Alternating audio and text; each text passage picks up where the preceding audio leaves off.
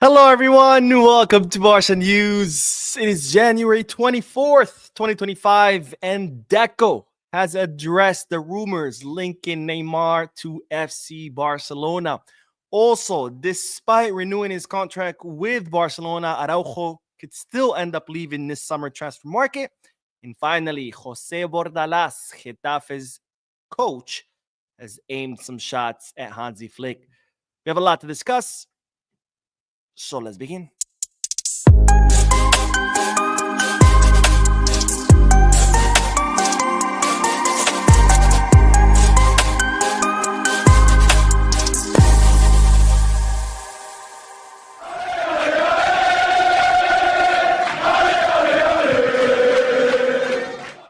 Hello, everyone. Welcome to the channel. My name is Mo. This is the Barca News Live podcast, which is on every Mondays, Wednesdays, and Fridays, where not only do I discuss Barcelona news with you, but I also get to interact with you lovely people in the chat section by reading your comments out loud, answering your questions, and getting that discussion going. For those of you who will be watching when the podcast ends, I will be putting timestamps in the description and chapters in the timeline in case you do want to skip through the discussion and just get straight into the news.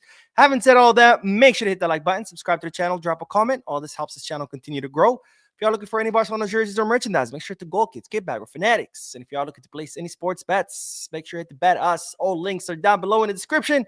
Click on them, you'll be supporting this channel, but you also get access to some pretty cool deals and offers that otherwise you wouldn't get access to without the links. All right, let's begin with the news. And the first segment of news is a bunch of bits of news combined together as usual. It's starting with Hansi Flick's insane numbers because, ladies and gentlemen, Hansi Flick is absolutely crushing it as Barcelona's coach. I mean, you don't even have to look at the numbers. Just by watching Barcelona play, you can see that Barcelona are a million times better than previous seasons. In fact, I haven't seen Barcelona play this well since Luis Enrique's Barcelona and the MSN. So you didn't even need to look at numbers. But in case you like numbers, let's look at some of the numbers because in the Champions League, as you know, Hansi Flick has played a total of 7 matches. 6 out of those 7 matches, Hansi Flick has won. And right now, Barcelona in the Champions League have scored 26 goals. 26 goals in 7 matches. That's incredibly high. In fact, Barcelona are the highest scoring team in the European competition. Second place, I think it's 19 goals with Dortmund. Big difference. But Barcelona are definitely showing their superiority in the European League or in the European Championship under Hansi Flick. Now, another interesting fact about Hansi Flick over his entire career has played a total of 25 matches in the Champions League. And hold on to your seats because out of those 25, he has won 22 matches in the Champions League. He's drawn once and he's only lost twice. And one of those was against Monaco, where Eric Garcia got the red card like at the first 5-7 minutes or something like that. So an incredible number by Hansi Flick. Again, 25 matches in the Champions League. 22 out of those were a victory. Absolutely insane numbers, which I think makes Hansi Flick the official Mr. Champions League. I know Penaldo fans like to say, oh, Penaldo's Mr. Champions League. Really? He lost the semifinals to Messi with Real Madrid. He lost the final to Messi with Manchester United. And somehow he is, Mr. Champions League. Like, well, he's the guy who has won the most Champions League as a player. No, he's not. Carvajal and Modric have 6. And there are plenty of other players who also have 5. But anyway, so I think Flick is officially Mr. Champions League because, again, 22 matches won out of 25. 1 draw and only 2 losses. I think that's an incredible number where it seems that Flick doesn't lose in the Champions League. And by the way, another interesting fact about Flick, he's never lost a final. And to think people had doubts about Flick, they used to say, oh, he's only coached Bayern. He only coach Bayern? Are you listening to yourself? It's, if you're telling me he's only coached Como in the Serie A or he's only coached, I don't know, Nantes and Ligue 1. Okay, that makes sense. But to say only coach Bayern, it's like saying, I don't know, that guy is not rich. He only has $100 million. Like, let's be real here. Plus, not to mention, he's only one of 2 coaches to ever win a sextuple in the entire history of football. The other one being Pep Guardiola. So incredible numbers by Flick in the Champions League, but that's not all because, ladies and gentlemen, Barcelona have scored this season 94 goals in 31 matches. I'll say it again, 94 goals in 31 matches. That's an average of 3 goals per match. That's incredible numbers. And again, to think people complain that say Barcelona cannot convert their the chances they create. 94 goals in 31 matches. That's the most goals scored by any club in all of Europe. In second place is Chelsea with 83. In third place is Bayern with 81. And in fourth place is Madrid and Liverpool with 79 each. Now, in the entire history of the club, the only team to ever score more goals in 31 matches was the 2011-2012 Pep's Barca, where they scored 100 goals in 31 matches. Flick's 94 in 31 matches. To think that Flick is doing with the current team, which don't get me wrong, we have amazing players, but Flick is doing with this team what Pep was able to do with the best Barca in history. I mean, there's not going to be another Barca like that. To have Xavi, Iniesta, Buzzi, Messi all coincide on the same team, and that, I mean, that's just insanity. That's the biggest cheat code ever. But anyways, amazing number by Flicks. And now we go from great numbers to bad numbers because, ladies and gentlemen, and it's all thanks to this guy, but La Liga during this winter transfer market are the 34th league in the world as far as expenditure in the winter transfer market. Again, 34th league in spending, having only spent 2.6 million euros in the winter transfer market. That's crazy. That's insane. That's less than what Neymar spends on his haircuts. 2.6 million euros spent in this winter transfer market, which makes La Liga the 34th league in the world, not in Europe, in the world, as far as spending. And to make it so you can see how bad it is, I'm going to show you the chart of how much clubs have spent in the winter transfer market and how La Liga compares to those clubs.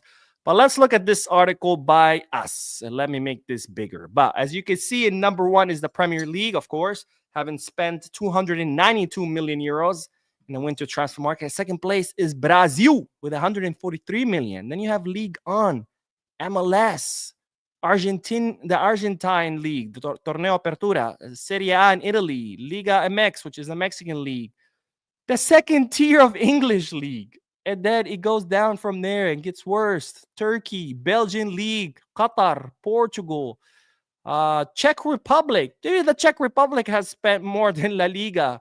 Swedish league, the Norwegian league, the Uruguayan league. My friends, Uruguay is a tiny country, and they're outspending La Liga in the transfer market. Saudi, Japan, the third tier of the English league, even the third tier of the English league has spent more money than La Liga. That's insane. That's absolutely insane. Then we have, of course, the Dutch, the second division of the Belgian league. Ukraine. Ladies and gentlemen, Ukraine is in the midst of a war, and they've spent more than La Liga in the winter transfer market. Even the Spanish third tier. I mean, absolutely insane. Russian second tier, Croatia, German second tier, Uruguayan league, Italian second tier, Chile. I mean, guys, this is bad. And of course, it's all thanks to no other than this guy, Javier Tebas. So let's all give him a big applause to Javier Tebas because he is definitely running this league into the ground. It started all with the investment, with the CVC investment, where all the clubs except Madrid, Barcelona sold their TV rights for 50 years for exchange of supposed this huge investment that was going to improve everybody. No one's economy improved. Instead, it got worse because they sold their TV rights. And then the strictest financial fair play that doesn't allow clubs to sign. And not only that, a lot of clubs have to sell their players because they can't register them. So bravo, Javier Tebas. Bravo on your job. You are doing a phenomenal job. So bravo. And by the way, we like to complain about Tebas a lot, but let's not forget, Barcelona keep voting for him. Laporta and his board voted for Tebas this past election. They voted for a salary increase. So at this point, I'm starting to get sick and tired of complaining about Tebas. I think we need to start complaining about our own board, because if we know how bad of a job Tebas does as a president and how hard he makes our life, why the hell do we keep voting for him? Absolute insanity. But anyways, the last bit of news, and this is good news. This is regards to the Barca Femini, because they defeated Atletico Madrid 3-0 in the semifinals of the Spanish Super Cup. Real Madrid defeated Real Sociedad 3-2 in the other semifinal of the Spanish Super Cup, which means, ladies and gentlemen, we have another El Clásico match in the Spanish Super Cup final where the Barca Femini will most likely demolish Real Madrid's women's team. I don't know what they're called, if it's just Real Madrid women or I don't know. But anyways, the Barca Femini are in the final with a chance to win yet another trophy. At this point, it's like, ladies, just stop winning, man. You're making it boring. But anyways, let's go back to the comment section. Oh, let's start with the comment section, and then we're going to talk about Neymar and what's happening. By the way, I really hope this time people actually watch the video before they comment, because I remember last video I made about Luis Diaz. There was a report saying Barcelona are going to make a 75 million euro offer for Luis Diaz. I made a video. I talked about the report. I talked about how fake it is. Barcelona have denied it. Barcelona don't have the money to pay that. And yet there was like a million comments. Oh my God, I can't believe Luis Diaz is going to come to Barca. It's like, guys, please. I love when you guys comment, but please don't comment if you haven't watched the video. And that just doesn't go for my channel. This just goes for any video in general. It's a pretty good rule not to comment on a video you've never watched. The same way you wouldn't comment on a movie you've never seen. The same way you wouldn't go to a book club to discuss a book you've never read. It just seems common sense. But anyway, so let's start with the comment section. Let's see what everybody's saying. Let's see. Vic Vibe says another bullshit news. See what I mean? Anyways, SA says Neymar in attack area will cause more goals in the way he play makes, and they won't get the ball off of him. The last dance, if he's injured, whatever, and literally everyone knows it's a small salary. Neymar in the attack area would be very important if he would be relegated to handing out bottles of water, maybe towels. Maybe he can be a ball boy. I think that's a good use for Neymar at this stage. But as an actual player, let's be real. But I'll talk about Neymar in a little bit. I don't want to get ahead of myself. And Henry says we don't want Neymar at Barca. No, we don't.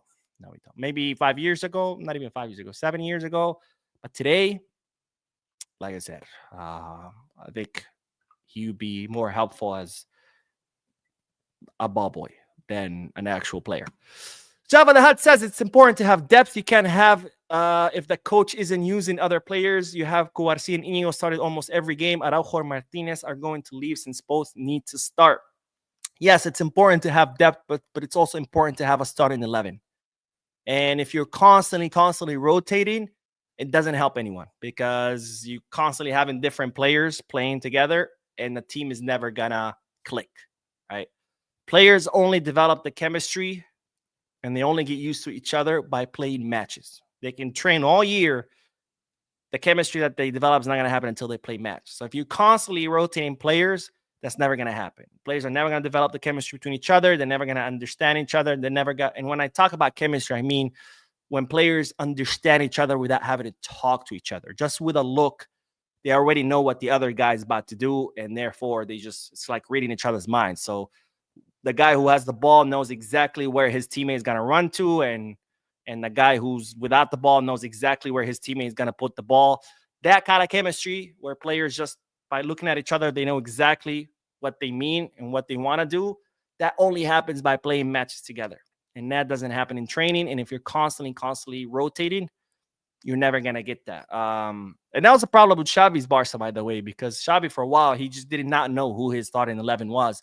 And that's a big mistake. Every coach will tell you, you first have to know who your starting 11 is, and then you can make all the other decisions.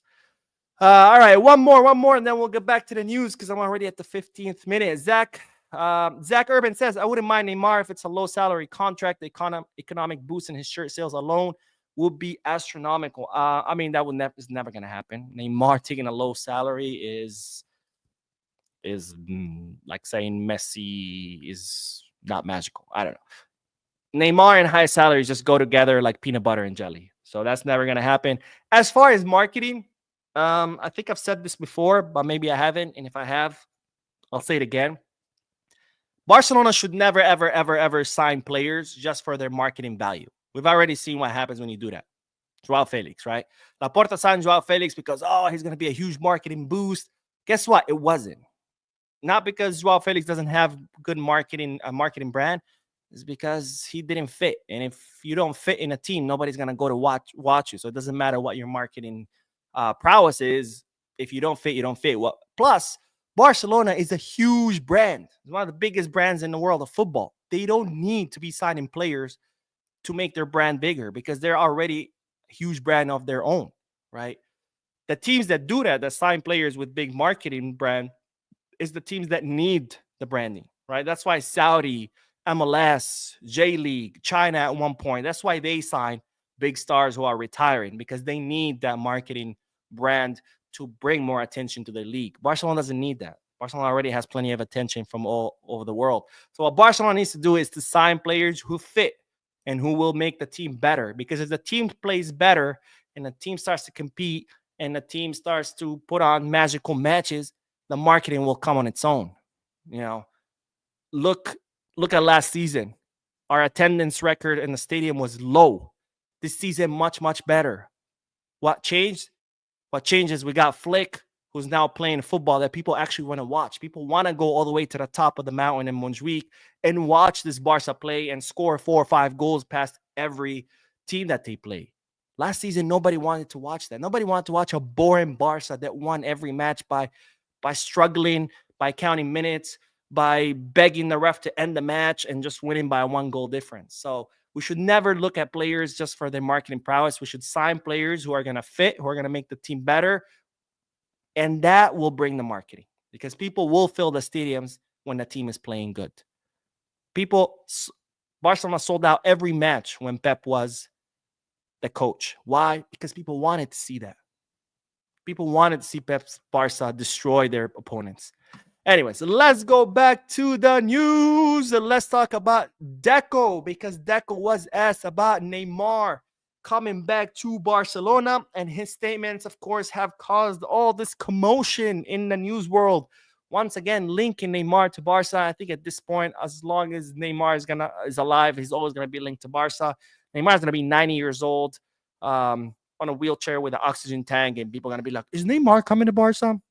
So let's see what the Barcelona sporting director had to say about the possibility of Neymar arriving in Barcelona. Neymar's return to Barca was a remote possibility. Since he moved to Saudi Arabia, we knew he was a very expensive player, especially in terms of financial fair play. At his best, Neymar is one of the best players in the world. He still is and always will be. He is welcome at any club in the world. A deal with him can never be ruled out. Again, a deal with him can never be ruled out. But right now, I see him returning to Brazil. The most important thing is for Neymar to play football again. That will bring joy to himself and others. Honestly, I don't know what he will do, but the most important thing is for him to be happy. So let's focus on that line. A deal with him can never be ruled out because the press has hung onto this sentence. And now they're talking about, oh, Neymar to Barca, Neymar to Barca, Neymar to Barca, which is pretty funny because if you look at the whole body of what Deco is saying, he's saying it's not happening. I think the reason why he said it can't be ruled out, I think Deco just did that out of politeness because after all, Neymar is a Barca legend. He did give us, he was part of the Trebel. He's always been loved by the fans, so Deco's not gonna come out and say, no, F Neymar, he sucks now, he's out of shape, he's getting injured every other day, and he pretty much threw his career away. So I think just to be polite, he said, okay, it can never be ruled out. Just like Messi. Messi can never be ruled out, but is it happening? It's not gonna happen. Barcelona have no plans to sign Neymar, and even if they did, Barcelona cannot afford Neymar. Neymar's salary is insane. So there is absolutely no truth to any links.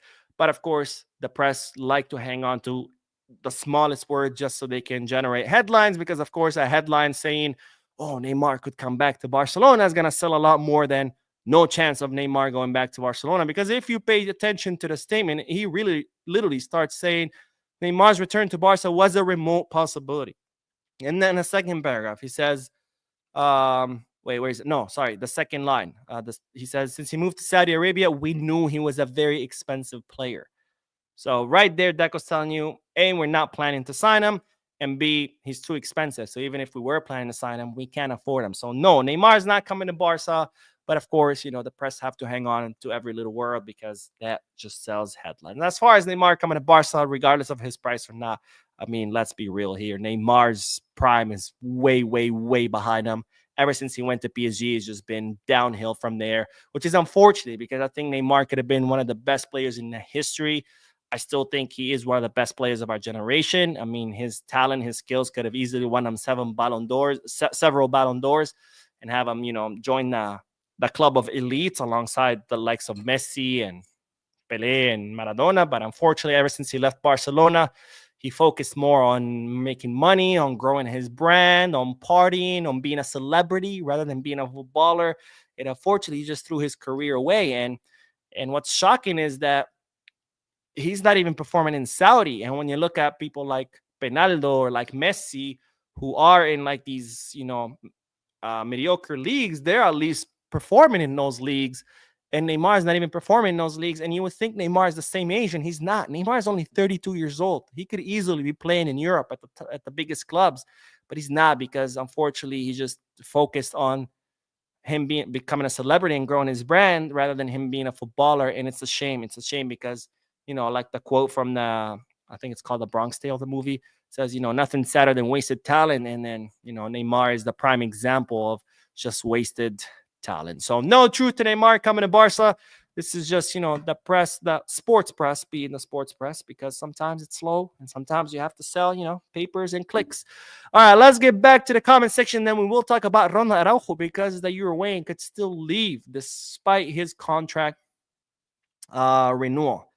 Let's see. Not a funny guy says not Neymar to Barca would be useless. Absolutely. Absolutely. I mean, even at PSG, he was useless. I mean, and to come to and in PSG you have zero. In Ligue 1 you literally have no competition. I mean, when Neymar first arrived at PSG, yes, don't get me wrong, he was trying. He even took PSG to a final, but after that I feel like he just got disheartened and noticed that PSG wasn't the promised land that he thought it was. He thought he was going to go to PSG and just win Champions Leagues and trophies and win the Ballon d'Or. And when he noticed that wasn't going to happen, and by the way, he should have known that because who the hell watches Ligue 1? Nobody watches Ligue 1. Nobody cares about PSG. So he should have known that wasn't going to happen. And then, when he found out it wasn't going to happen, it was like his last few seasons at PSG, it was just, he wasn't doing anything. He was just partying, more focused on his brand, doing documentaries and, dating models. And it's just, it's sad. It's sad. It's honestly sad. Let's see. Emmanuel says, why aren't we targeting Hitens Adeyemi or Yildiz? All fairly young and fit the direct profile we are looking for. In my honest opinion, these are all better options than Nico Williams. I do not know, my friend.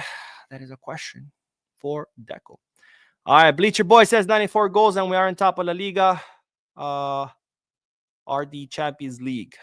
I mean, it's still a very impressive number, whether we are top of La Liga or not. Ben Boadi says Messi to Barcelona. Hell yeah. Neymar to Barcelona. Hell no. He can go to PSG. That's where he'll get money watching you live from Ghana. It's 12:20 a.m. on night duty as a nurse, but still watching Mo. Well, thank you, my friend, for watching. Thank you for your work as a nurse. That's very, very important work. So thank you again. And as far as Messi to Barcelona, honestly, I wouldn't even want to see Messi to Barcelona because, look, I love Messi. I think he's the greatest ever. He's the true GOAT. I know these days people just throw the word GOAT around like nothing, like, oh, he's the GOAT, and I know I do it with Rafinha calling him Goatinha, but that's obviously a joke. The one and true only GOAT is Messi. I mean, it's literally in the word GOAT, greatest of all time, not greatest. And I love Messi. I think he's the greatest ever, but I wouldn't want him seen back in Barcelona because he's 37. He's going to be almost 38. He's been playing in the MLS, 2 seasons now or 3 seasons? And you have to understand something. When an athlete moves to a lower league, their level drops because, you only play as much as what the league around, the players around you, the teams around you, the league around you demands of you. And the demands of the MLS are way, way, way inferior to the demands in La Liga or in the Champions League. So when you're playing in a much more inferior league, your level drops to that league. You're still the best of that league, but still your level drops to that league. So Messi were to come back to Barcelona, he's going to struggle because all of a sudden he's making a huge jump in intensity and demand, physical demands and mental demands and all of that. Something that he got unused to. And to try to get used to La Liga again at 37, 38. And remember, this happened before. Beckham went to the MLS, and then he went on loan to, I think it was AC Milan, and he struggled. He couldn't keep up. He went to PSG, and his body couldn't do it. And that's PSG in Ligue 1 because his physical level had dropped to the MLS level. And then to jump back up, if you were young, if you're 24, 25, sure, yeah, you can come back, and maybe it might take you a few months to get used to the level, to the intensity again. But when you're 37, 38, it's no. So I wouldn't want Messi back at Barcelona. I mean, for that reason. Plus, if he does come back at a much lower level, he's gonna struggle, and people are just gonna remember the Messi from the last season, his last dance at Barca versus Messi's, glory at Barcelona, which extends, 15 years. Anyways, let's get back to the news because, ladies and gentlemen, Ronald Araujo could still leave the club during this summer transfer market. Now, Araujo officially put pen to paper yesterday, extending his contract from 2026 until 2031 with an increase in salary, substantial increase in salary. We don't know the exact figure. It hasn't been leaked to the media. Barcelona have kept it under wraps. And we know that there's a decrease in the release clause as well. Ronald Araujo had a €1 billion release clause. And of course, once Deco met with him, because remember, Araujo was about to leave to Juventus. He had told the club, I'm leaving. Juventus had made an offer. Araujo had negotiated with Juventus. In fact, Thiago Motta had already had a conversation with Araujo over the phone, telling him what he expected of him, etc. So Araujo was on his way out. Deco meets with him, convinces him to stay. And during that talk, Araujo's like, okay, I'll stay. But A, I want a higher salary. And B, I want a lower release clause in case in the future I decide to leave. Someone can come and sign me versus €1 billion release clause. Nobody's paying that, right? Nobody can afford that. You can't even pay that for Lamy because nobody can afford it. You pay €1 billion, you go bankrupt. So we know that Araujo's contract contains a much higher salary, a lower release clause. We don't know the exact figures of each. But despite extending his contract till 2031, there are now people close to Araujo's entourage are saying that he could still leave. That Araujo wants to wait until the summer to see how things go at Barcelona. Because remember, right now he's a starter, but only because Inigo is injured. Once Inigo comes back, we're going to see what Flick is going to do. Is he going to choose Inigo over Araujo and Araujo back to the bench? Or is Araujo going to remain the starter ahead of Inigo Martinez? I personally, based on the few matches I've seen Araujo in, I would pick Inigo Martinez any day of the week over Ronald Araujo. The second thing is we still don't know if Ta is coming for sure or not. We knew that Ta had wanted to come. Barcelona wanted him to sign as a free agent. But once Araujo renewed, there were reports saying that Ta might now change his mind. But he could still arrive. And if Ta arrives, Jonathan Ta arrives, that could also affect Ronald Araujo's decision on whether to continue or not. Plus, added to all of this, the fact that he asked for a lower release clause, that tells you that he's not 100% convinced of staying. Because if he would have accepted the €1 billion release clause again, it would mean he would feel trapped. And if you feel trapped, that means you don't want to be there. So there's a lot of things pointing at the fact that Araujo could still decide to leave in the summer, depending on how things go, depending on how many minutes he gets, on whether Inigo gets his spot back, and whether Jonathan Ta arrives in the summer. And if that's the case, I think we need to applaud what Deco did here. Because in renewing Ronald Araujo, you just helped your financial fair play because you just divided the cost of having Araujo as a player over 6 years versus a year and a half, which what would have been left in his contract.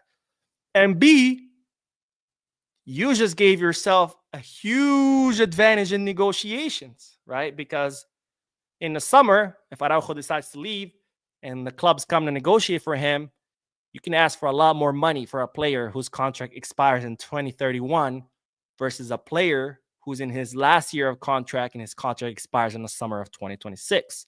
So if that's the case, bravo to Deco for helping the financial fair play by amortizing Araujo's costs over a longer period of time. B, for giving yourself an advantage in negotiations once the summer comes if Araujo decides to leave. And C, for solving Hansi Flick's temporary problem, because right now Inigo's injured.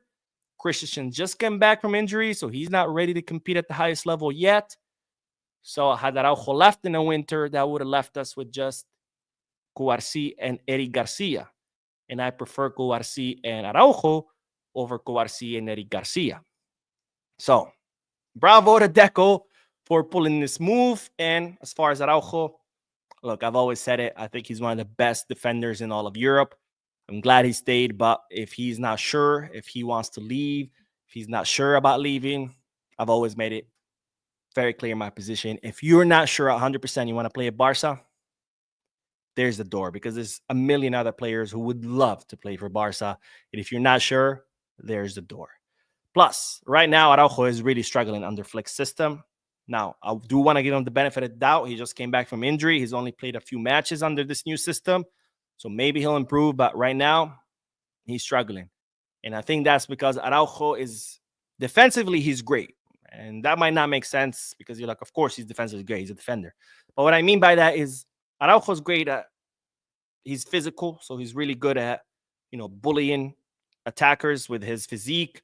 He's really good intercepting, tackling players. He's really good at taking the ball away from them. He's really good in the air.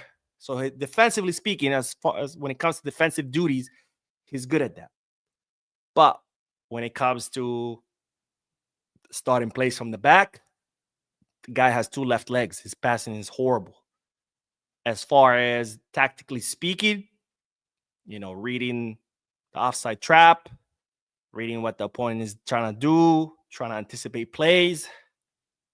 He's more of someone who's good running back and chasing down his opponent, catching up to him, taking the ball, versus anticipating that pass was going to happen to begin with and then intercept the pass and get to the point where you don't have to chase your opponent, right? He's really good at chasing the opponent, catching up and getting the ball, but not at preventing that from happening to begin with, like Cubarsí.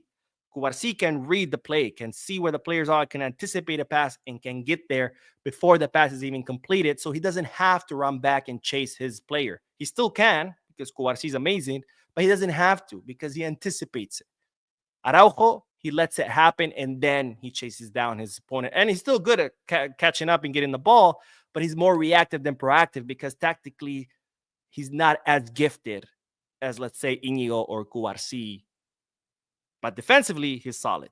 But again, I'll give him the benefit of the doubt. Maybe he'll improve, but we'll see. All right, let's get back to the comment section. And then the last bit of news is going to be about Bordalas, who has fired shots at Flick. Can you imagine? Bordalas?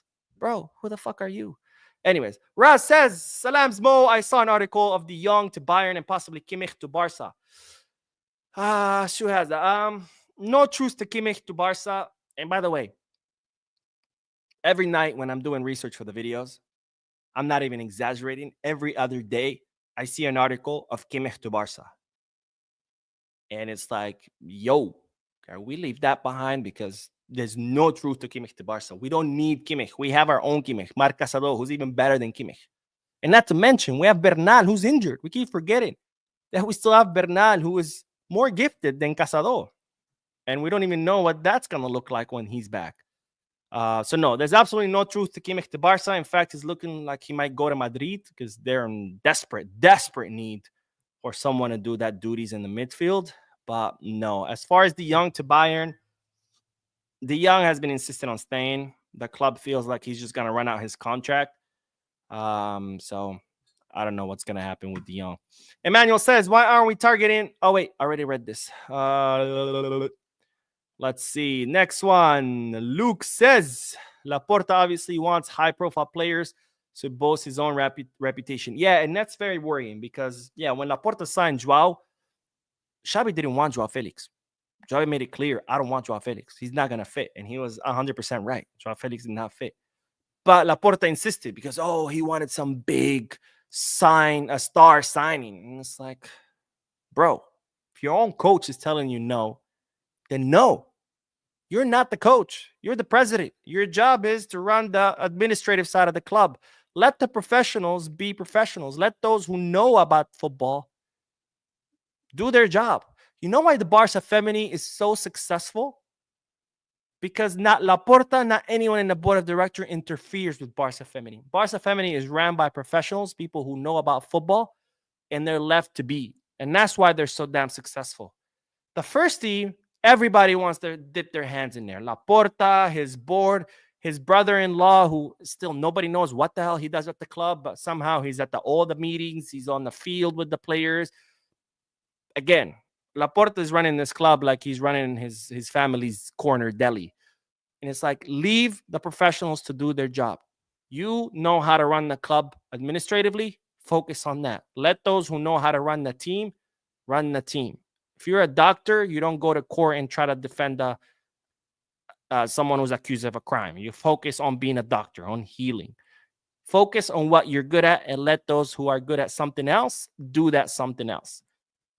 Empire TV says, Mo, I appreciate your good work. I appreciate your effort for your update on Barca. This is not the matter of market value for Neymar. Neymar can only come on loan and low salary.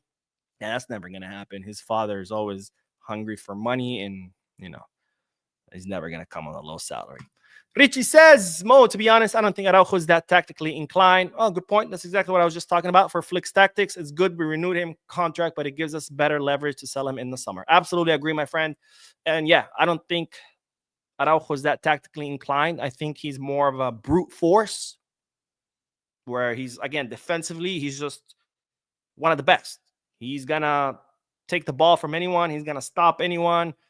But as far as like reading the field, anticipating plays, that's just not his forte, which is fine. It's not everyone's forte. Still, defensively speaking, he's a stud. I mean, I don't think he's one of the best. But yeah, Cuarci, on the other hand, you have both the physicality and yet the intelligence. And the same with Inyo, right? Cuarci much more, of course, but Inyo, I think, still more tactically inclined than Araujo. All right, let's do the last bit of news. Let's talk about Bordalas. If you don't know who Bordalas is, he is almost said Girona, Getafe's coach, and he has aimed shots at Hansi Flick. Why, you say?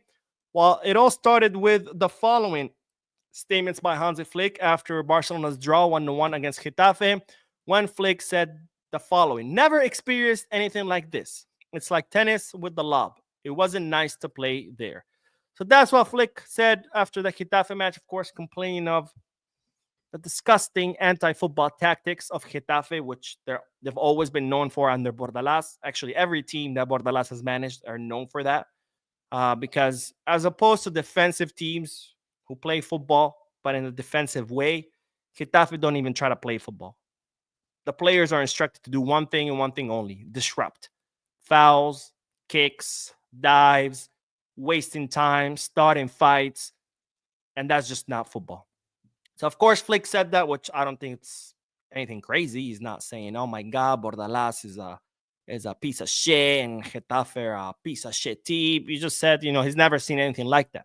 And that apparently offended Bordalas because he responded with the following statement: as you know, I am a very respectful coach. My boy, if you were respectful, you wouldn't instruct your players to do the shit that they do. But anyways, let's finish the statement. I'm a very respectful coach with all my colleagues and with all the people linked to the world of football. But I can summarize this very simply. I respect those who respect, and those who do not respect do not deserve respect. Whew.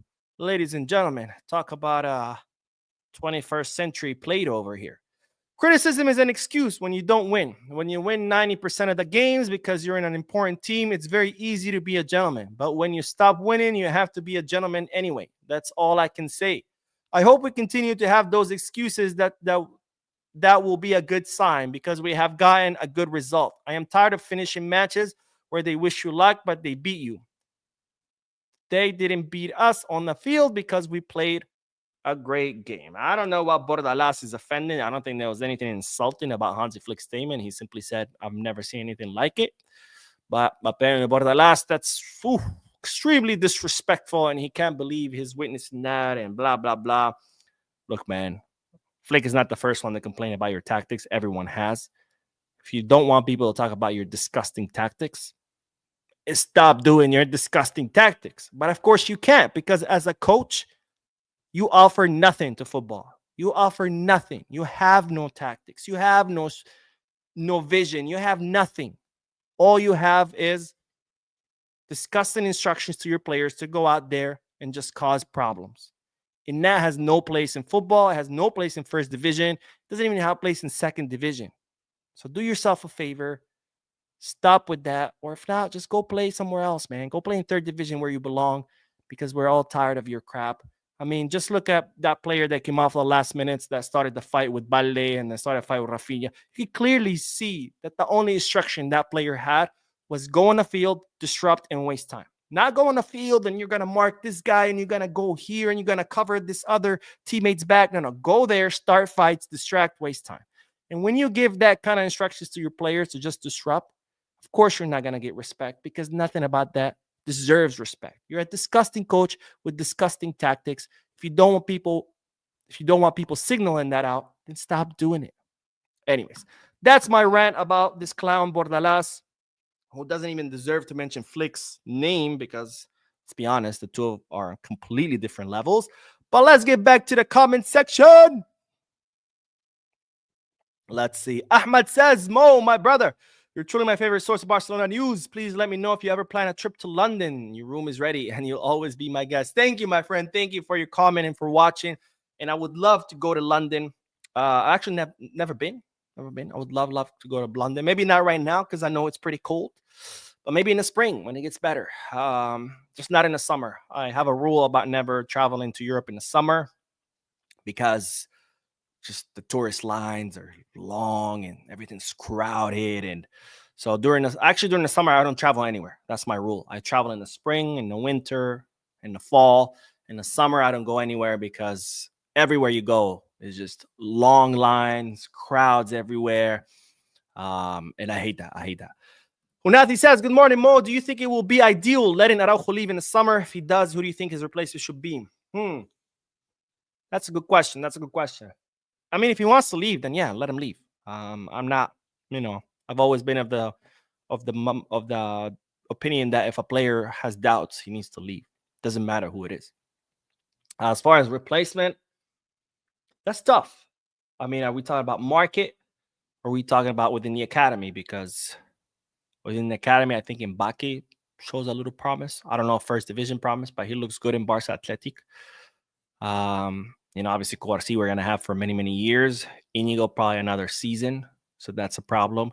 But I wouldn't mind Christensen taking the place of Araujo because I think Christensen is more tactically inclined. He's a lot better with the ball at his feet than Araujo is. Plus, there's still plenty of young, promising defenders. Yesterday, we talked about one, Aiden Heaven, which Barcelona is trying to sign as a free agent. So there's options. Not a funny guy says, I think we should play Araujo in La Liga games and play Inigo in the Cup and Champions League games the same way we do with Peña and Szczesny. That's an interesting point, but, you always want your best players to play. And if Inigo is better than Araujo, I prefer him playing ahead of Araujo in any game unless he needs to be rotated or he needs some, little break. Carlos says, I believe Araujo will be better if he plays along Inigo. It's like when Cuarsi didn't play along Inigo, we struggle. I don't think so. And I'll tell you why. Because A, I think Cuarsi is better than Araujo. And B,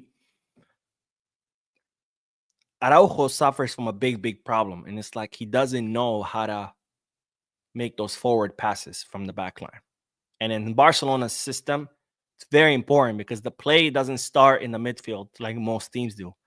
Barcelona's plays start all the way at the goalkeeper to his center back, and center back to the midfield, or sometimes center back all the way to the attacker. And Araujo doesn't know how to do that. And that's a problem. Because if you cannot build the play, that's a problem, right? And Barcelona builds its plays all the way from the back line. And Cuarsi knows how to do that. Inigo knows how to do that. Araujo doesn't, and he's always struggled. Even under Xavi, where Araujo shined, he still didn't know. He's always struggled with his forward passes. Always. Who gives AFCK says, something bothers me about Flick. He fixed our games, but still broke 2 infamous records, 4 consecutive defeats at home, and defeat against one of the teams against which we have never lost. You can't have it all, my friend. You can't have it all. But overall, you can see the team is much, much better. still the team's first season under Flick. First half season under Flick. We still have a bench that's not deep enough, and despite that, we're still seeing amazing results. So, patience. And Ross says, Mo, I also appreciate everything you do. Also saw an article, Musiala to Barca, perhaps using De Jong as a swap. No, Musiala's not coming to Barca. Musiala's going to renew with Bayern, and they're not going to let him go. It's like Barca letting go of Lamine. That's just insane. Same thing with Musiala. Rihanshu says, hey, Mo, good morning. Catching you live for the second time. Love your content. Keep doing it. Love from Mumbai. Thank you, my friend, and thank you for staying up late to watch it. And then let's do one more comment. And Marsha says, Mo, please shout out me out. Well, shout out to Marsha Cools Lartigue Kentish. And let's see. One last comment. Mantamantis says, Mo, who is currently your favorite player in Barcelona? That's tough. But I have to say Pedri. Lamine, to me, is the best player in the world right now, undoubtedly. But I think this team without Pedri would not be the team that it currently is. I think Pedri this season has been out of this world. He's been the brain of the operation. And without Pedri, I don't think we would be talking about 94 goals in 31 matches. Because Pedri has been the brains behind this operation. And that's tough. It's tough to choose because, Casado is also having a phenomenal season. Cuarci, which sucks for Cuarci because we do have Lamine. A lot of people don't talk about Cuarci, but he should be talked about because right now he's one of the best center backs in the world at 18 years old. He just turned 18, by the way. But Cuarci's having a phenomenal season. Casado's having a phenomenal season. Lamine, I think he's for sure the best player in the world. Coutinho's absolutely killing it.